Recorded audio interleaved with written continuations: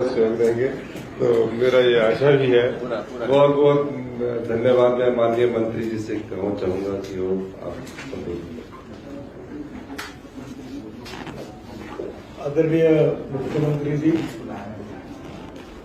आदरणीय विपक्ष के सम्मानीय नेता, पीडब्ल्यूडी मिनिस्टर, सभी विधायक और उपस्थित पत्रकार भाइयों बहनों, जिस प्रकार से आज कुल्लू से मनाली तक इस नेशनल हाईवे का निरीक्षण करने का एक अवसर मुझे प्राप्त हुआ, उससे इस बात का पता चला कि कितना बड़ा नुकसान हुआ है। 2-3 साल पहले इसी होटल में मैं अपने परिवार के साथ आया था, तो रास्ते का काम शुरू था और आज वो उसी रास्ते से मैं आया भी था और इसलिए बहुत बड़े प्रमाण पर काफी बड़ा नुकसान हुआ है, अभूतपूर्व नुकसान है। हमारी बातों में जब चर्चा हुई तो राज्य सरकार को भी एक रिपोर्ट मिला है कि ये जो नदी है, जहां नदी के बाजू में रास्ता बह रहा है, वहां नदी में जब फ्लड आया और फोर्स बढ़ा पानी का, तो कंक्रीट हो, बड़े बड़े पिलर हो, रास्ता हो, बड़े बड़े व्हीकल हो, सब बह के गए। तो ये जो इस नदी के बारे में टेक्निकली अध्ययन करने के लिए क्यों हुआ, कैसे हुआ, इसको क्या करना चाहिए और पहला इमीडिएट क्या करना चाहिए, मिड टर्म और लॉन्ग टर्म प्लानिंग करके क्या करना चाहिए, तीनों बातों का विचार विशेष रूप से एनएचआई के जो रोड है इसके बारे में हम कर रहे हैं। यहाँ के मंडी के आईआईटी की प्रोफेसर है, रुड़की की प्रोफेसर है, हमारे रिटायर्ड मेंबर है एनएचआई के पांडे, टेक्निकली बहुत साउंड है, उनकी टीम निश्चित हुई है। एक 3-4 तारीख को पूरा इसका अध्ययन करने के लिए आ रही है। आज लोगों ने भी मुझे बहुत सी समस्याएं जगह जगह पर रोककर मुझे लोगों ने अपने प्रॉब्लम, गांव के प्रॉब्लम बताया। प्रमुख रूप से 2 बातें हैं कि रास्ते के ऊपर एक साइड में पहाड़ है और मैं थोड़ा जियोलॉजी, मिनरोलॉजी, क्रिस्टोग्राफी में थोड़ा बहुत जानकारी रखता हूं। तो ये जो रॉक्स होते हैं, इसका जो हार्डनेस होता है, इसको मोहा स्केल ऑफ हार्डनेस करके एक्सप्लेन किया जाता है। Talc, gypsum, calcite, apatite, orthoclase, quartz, corundum, diamond. इसमें बहुत कम जगह पर रॉक लगा, बाकी जगह पत्थर और पत्थर में मिट्टी है। वो बड़ा फ्राजिल ये है, जिसके कारण जब बरसात आती है तो तुरंत वो टूट जाता है, बह जाता है। और ये नदी का जो प्रवाह होता है, इसमें एक प्रॉब्लम है, आज पर्याय भी नहीं है कि रिवर के बाजू में रोड बने हुए हैं। अभी हमने बहुत बार कोशिश की कि इसको डिस्टेंस दूर करके कैसे करें, तो इसके कुछ लॉन्ग टर्म उपाय है, उसकी जानकारी मैं आपको दूंगा।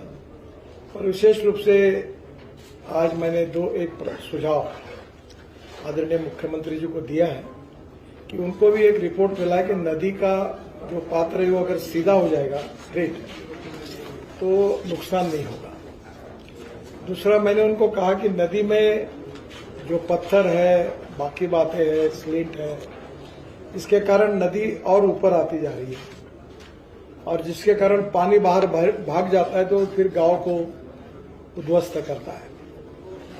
तो मैंने उनको कहा कि टेक्निकल कमेटी से एक रिपोर्ट लेकर बाढ़ प्रोटेक्शन के रूप में इसको 2 मीटर 3 मीटर हम इसकी खुदाई करें और जो पत्थर निकलेगा वो एनएचआई के तरफ से हम लोग को काम करने के करें, क्योंकि हमें पत्थर चाहिए और नदी के दोनों बाजू में हम कंक्रीट और पत्थर की ऐसी मजबूत दीवार बनाएंगे कि जिसके कारण पानी कहीं जाएगा नहीं। तो एक उसका अप्रूवल उनका अगर मिलता है तो जरूर वो करेंगे। दूसरी बात, नदी का खुलीकरण होने के कारण जो पानी ऊपर इधर उधर भागता है वो नेचुरल नीचे जाएगा, उसके कारण भी बाढ़ का नुकसान कम हो सकता है। हमारे यहाँ आपके यहाँ अच्छी बात है, मैं जहां से आता हूं वहां 10,000 किसानों ने आत्महत्या की है। मैं वाटर कंजर्वेशन में काम करता हूं और मुझे अभी 6 डिलीट मिली है, उसमें से 4 डिलीट जो है वो एग्रीकल्चर साइंस में मिली है। तो वो हम लोग कहते हैं वहां कि दौड़ने वाले पानी को चलने के लिए लगाओ, चलने वाले पानी को रुकने के लिए लगाओ और रुके हुए पानी को जमीन को पीने के लिए लगाओ।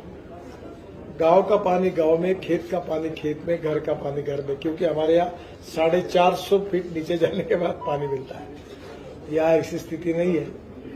तो स्वाभाविक रूप से ये जो नदी के पात्र की समस्या है, आगे ये समस्या न हो, इसमें राज्य सरकार जैसा निर्णय करेगी वैसा हम काम करेंगे। एक बात है कि बड़े प्रमाण पर पहाड़ गिर रहे हैं। जैसे मैंने कहा कि जहां रॉक है मजबूत वहां नहीं गिरते हैं, तो ये यहाँ का परमानेंट प्रॉब्लम है। और इसलिए स्विट्जरलैंड से भी हमने अभी 2-4 दिन में एक प्रेजेंटेशन मेरा है कि ये इसके लिए क्या करना, और यहाँ के भी एक्सपर्ट का सलाह हम ले रहे हैं। इस कमेटी का रिपोर्ट आने के बाद मैंने मुख्यमंत्री जी को और जयराम जी को आश्वस्त किया है, मंत्री जी को भी, कि मैं इस रिपोर्ट के प्रेजेंटेशन आपको भी दिल्ली बुलाऊंगा और आपसे सलाह करके फिर इसका निर्णय करके लॉन्ग टर्म प्लानिंग हम करके इसके ऊपर उपाय करेंगे।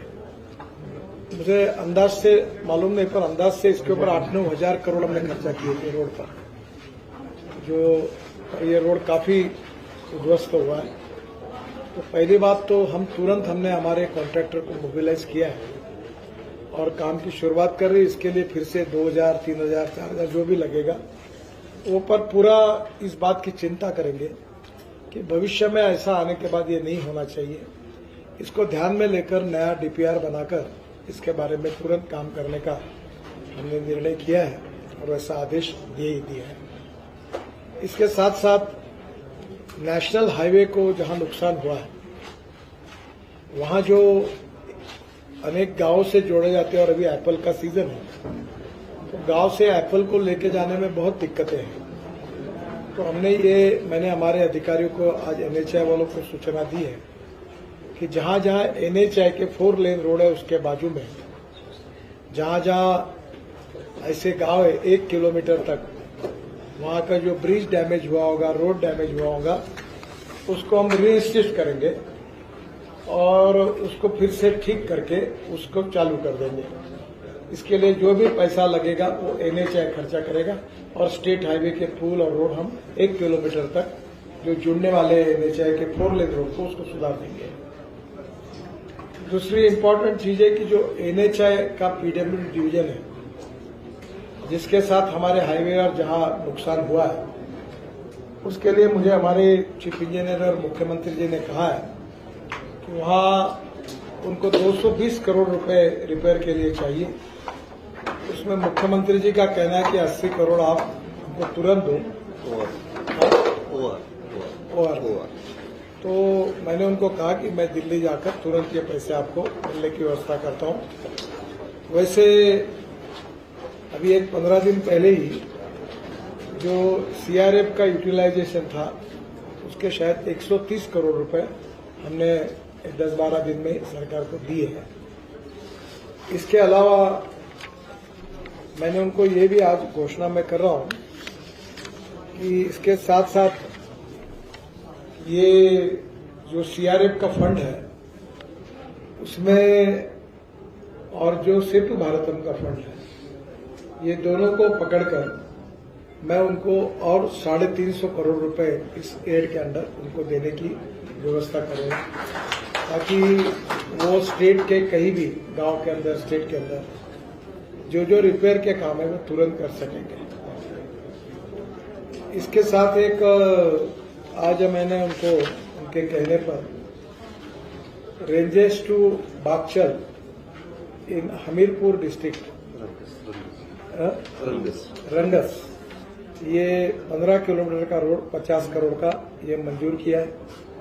और शाहपुर से सिहोंटा चौरी रोड ये चंबा डिस्ट्रिक्ट में है, ये 23.5 किलोमीटर है, 53 करोड़। ये 2 कामों को भी इसके एडिशनल और मंजूरी दी है। इसके सबसे महत्वपूर्ण बात यह है कि काफी लोगों का नुकसान हो रहा है और ये विशेष रूप से लैंडस्लाइड होने के कारण नदी पात्र भी बदलती है। डायरेक्शंस बदल दिए हैं। तो इसके ऊपर हम लोग टेक्निकल अध्ययन कर रहे हैं और हिमाचल प्रदेश की सरकार भी इसके बारे में अध्ययन करके मैंने उनको एक आग्रह से कहा है कि आप 10-15 दिन में अगर इसके बारे में, नदी के बारे में आपका कोई निर्णय होकर अगर निर्णय करेंगे, हमें अनुमति देंगे, तो इसके बाद जो नया रोड का पूरा कंस्ट्रक्शन का यह काम हो रहा है, उसमें निश्चित रूप से इस पत्थर का उपयोग करके फिर से नदी के पात्र को और खोल करते हुए हम वो पत्थर को उपयोग करेंगे ताकि प्रोटेक्शन में उसका उपयोग हो। तो नेचुरली आज जो जिस प्रकार का संकट आया वो बहुत ही गंभीर रूप का था।